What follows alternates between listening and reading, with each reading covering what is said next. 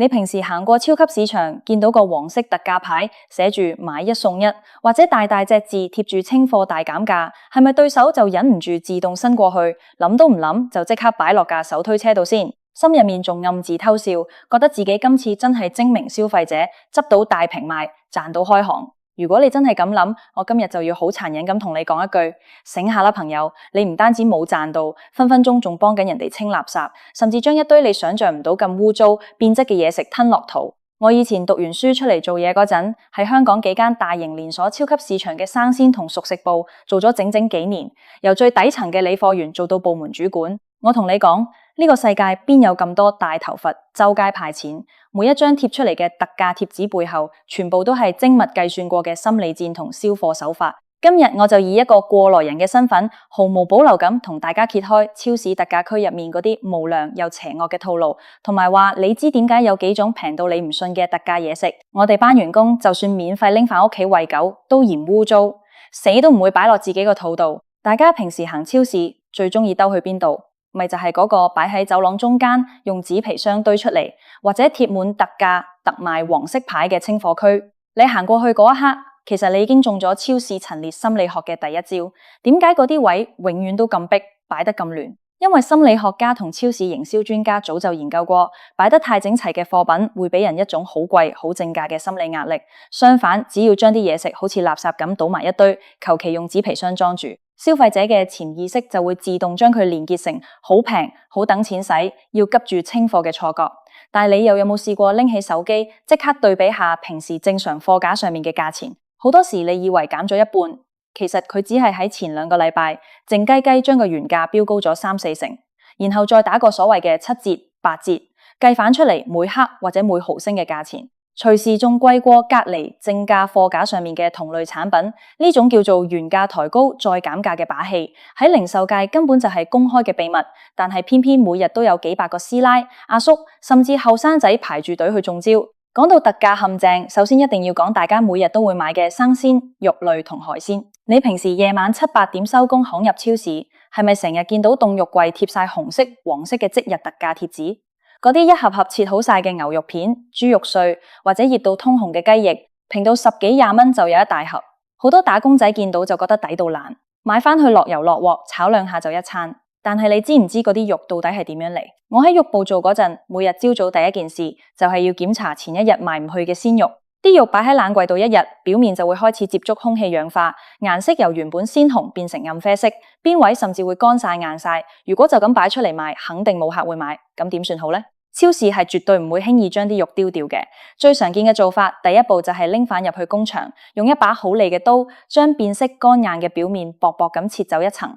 露出入面仲未完全氧化嘅肉質，然後換過一個新嘅發泡膠盒同保鮮紙，打過一張新嘅條碼貼紙出嚟。如果啲肉已經放到第2日、第3日，連切都冇得切，甚至開始有少少異味嗰陣，就會進入第2階段，就係將呢啲變質肉同肥膏溝埋一齊，直接倒落部絞肉機度，打成免治碎肉。你諗下，碎肉入面肥瘦相間，紅紅白白，你根本完全睇唔出入面到底用咗幾多塊隔夜甚至過期嘅臭肉打出嚟。如果連打碎肉都頂唔順，滋味點算？仲有第3階段，就係直接倒大量嘅黑椒汁、蒜蓉汁、沙茶醬或者麻辣醬落去醃，濃烈嘅調味完全掩蓋咗肉質嘅酸味同腐臭味，然後貼個特調醃肉超值，特價擺出嚟賣。我同你講，自從我喺工場親眼見過嗰個醃肉桶入面嘅原材料之後，我咁多年嚟行超市，就算餓到暈低，我都絕對唔會買任何預先醃好或者打碎咗嘅特價特賣生肉，因為你食緊嘅根本唔係肉，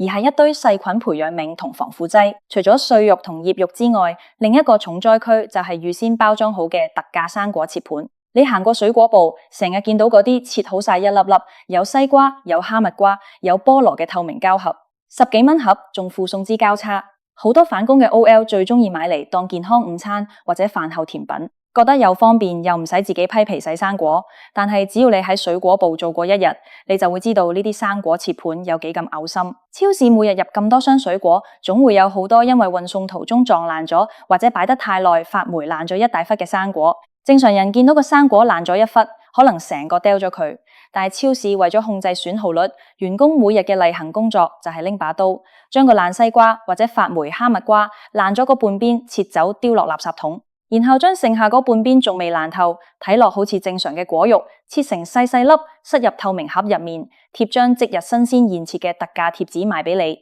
好多人以為切走爛嘅部分就冇事，但係科學微生物學一早就講過，生果一旦發霉，嗰啲肉眼睇唔到嘅真菌、菌絲同毒素，一早已經擴散到成個生果嘅每一滴汁液入面。特別係好似西瓜、哈密瓜呢啲水分含量咁高嘅水果，成個果肉根本已經充滿咗黃曲霉素同各種致病細菌。你食落去可能覺得好甜好多汁，其實你係直接將一堆發霉毒素食落肚，輕則反去肚瀉發炎，重則長期累積落去，隨時影響肝臟功能。所以喺我哋做超市嘅人眼中，嗰啲特價切盒生果簡直就係生化武器。我哋自己屋企人想食水果，寧願買個樣衰少少嘅原個生果，返去自己洗自己切，都絕對唔會貪方便去買呢啲爛果回收盤。講完生鮮，我哋再講下熟食部同麵包部嘅特價黑幕。好多大型超市一到夜晚8點半9點，熟食部就會開始大叫特價大減價，20蚊3件炸雞，15蚊一盒燒味飯，半價出清嘅壽司刺身，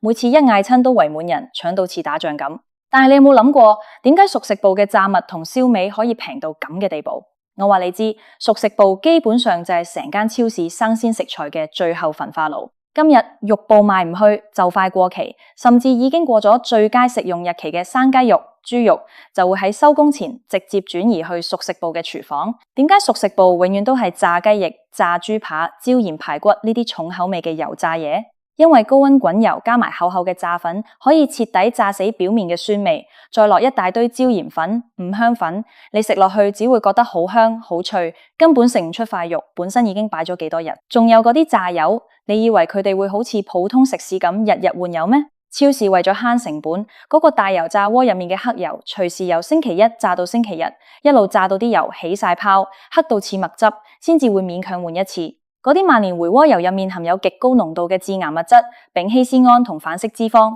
你以為自己執到平炸雞食得好開心，其實係用緊自己嘅健康同血管去幫超市清即將過期嘅庫存。仲有嗰啲特價出清嘅熟食壽司，更加係高危之中嘅高危。刺身呢啲生冷嘢對溫度嘅要求極之嚴格，正常應該全程保持喺攝氏4度以下。但係喺超市嘅開放式冷櫃度，個冷氣風口成日俾啲貨品遮住，或者個雪櫃溫度根本唔夠凍。盒壽司喺嗰度擺咗大半日，啲三文魚、吞拿魚嘅油脂已經開始氧化變色，細菌以幾何級數咁瘋狂繁殖。到咗夜晚特價嗰陣，條魚嘅肉質其實已經開始變軟變黏，師傅就會喺上面抹多層反光嘅熟油或者鰻魚汁，等佢睇落去仲好似好新鮮、好光澤咁樣。我見過好多人為咗慳嗰20蚊、30蚊，夜晚買2盒特價刺身返去食，結果半夜急性腸胃炎入急症室洗腸，醫藥費都唔止嗰幾十蚊啦。除咗變質食物回收呢個邪惡陷阱之外，超市喺乾貨同零食包裝上面嘅假注數套路